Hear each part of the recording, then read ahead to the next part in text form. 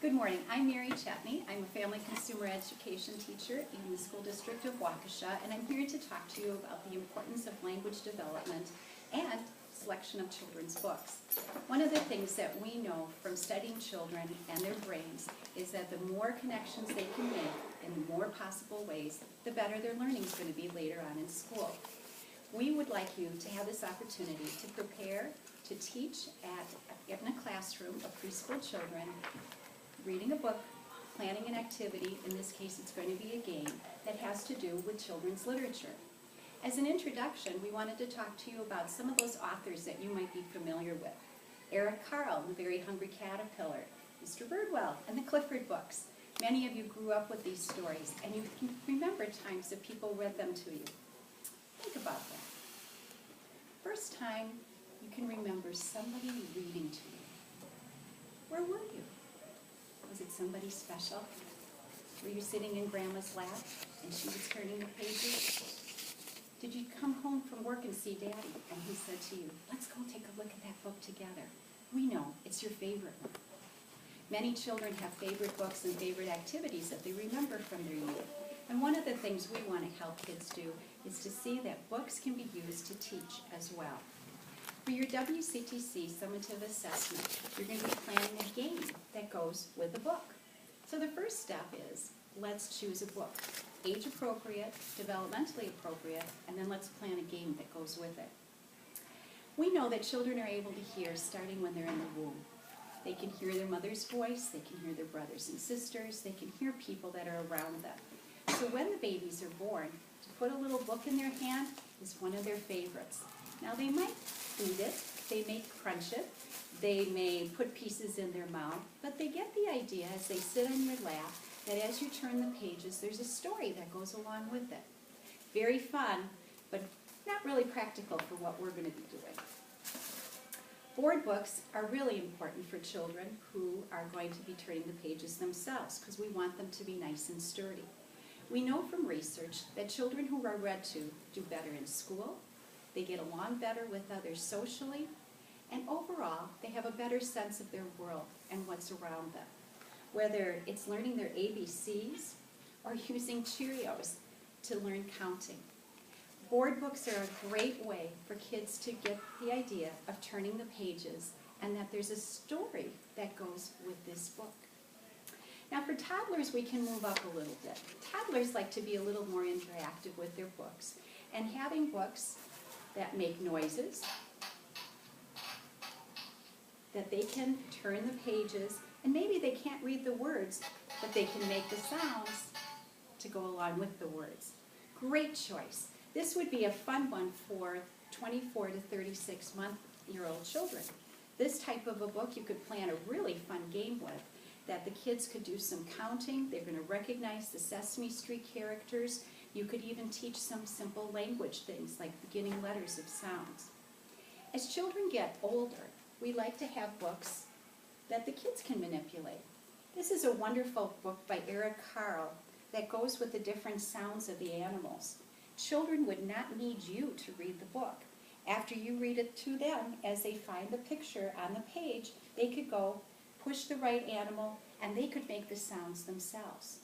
Empowering children to understand language and how to use books really helps to open up their world.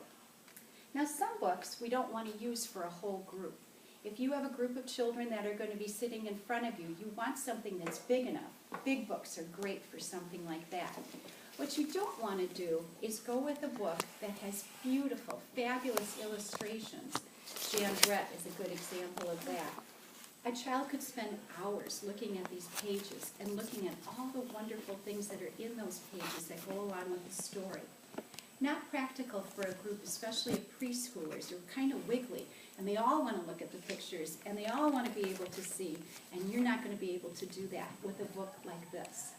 While Jan Brett is a fabulous author, and there's wonderful things that you can do with this type of book, this would be a better suited book for a small group or for an individual child.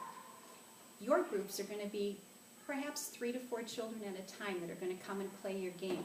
So you could use a book, something like this, for our class assignment. One of the things I want you to be able to consider is how you're going to hold this book and what you're going to be doing with this book when the kids come to you. It's really important whether we're looking at Clifford and having this nice little stuffed animal. This can be a distraction for the kids besides having it as one of your props. You might want to wait until the story's all over and use it as a special thing with the kids. When your group comes to you, showing them the cover of the book, seeing if they can infer from the picture on the front or maybe from the title of the book what the story is going to be about, gets those language and thinking skills going. Holding the book so that children can see it, panning the book so children can see it, is going to be one of the ways to keep your audience engaged. One of the things I like to do when I work with kids is I tell them to come and sit by me, sit nice and close so their eyes can see. We sit crisscross applesauce, take our hands and put them in their laps. I tell them to have their eyes look up at me, and they'll do that too. They'll put their fingers by their eyes. We put our listening ears on, and you'll see them all pull on their little ears, and then we close our mouth, lock it with a key, and tuck it in our pockets. You now have an audience that's going to look at you and hopefully be engaged in your book without getting off task. And they will remind each other, oh, your key's in your pocket. Make sure you close up your mouth. When you hold up the book, pan it so that they can see, open it up, introducing the author, and as you turn the pages, make sure you practice. Stand in front of the mirror, and if you can look in the mirror and you see your eyes, and you know that story well enough, you know that's what the children are going to see as well. If you keep looking at the book like this, your voice goes into the book, your eyes are no longer on the children, they're in the book, and you're going to lose your audience. 5 little pumpkins sitting on the gate. The first one said, "Oh my, it's getting late." The second one says, "There are witches in the air." The third one says, "But we don't care." The fourth one says, "Let's run and run and run." The fifth one says, "I'm ready for some fun." Here they go. They're going into the haunted house. Ooh, went the wind. And out went the lights. And the 5 little pumpkins rolled out of sight. Now this is a great book because you can also use it as a poem or you can use it as a rhyme and do the actions with the kids afterwards. Before you start to play the game, you might want to put the book down and do this actual rhyme with them.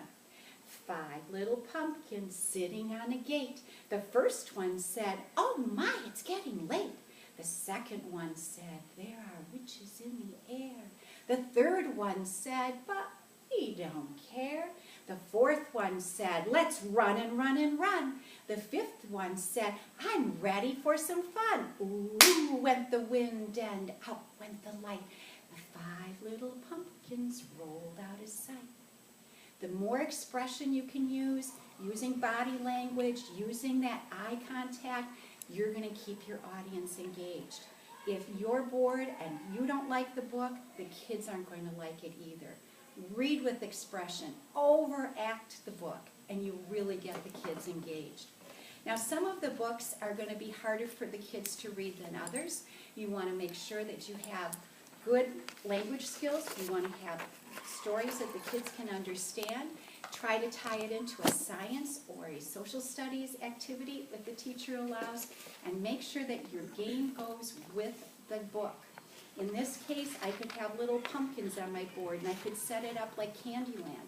And as they go along and pick out a card, I could have a number, and that will tell them how many spaces they get to go. This was a counting book. My game can be a counting game to go with it. So you need to start thinking, what is it you want to teach, and what do you want the kids to learn when you get done? For WCTC, we have 3 different things that we need to be able to show that we've taught. So start thinking about not only what author you'd like, what book you want to read, what game or activity you'd like to do with the kids. Anything extra that you can add is only going to make the assignment more fun for you and more meaningful for the students. Thanks for listening. Have a great day.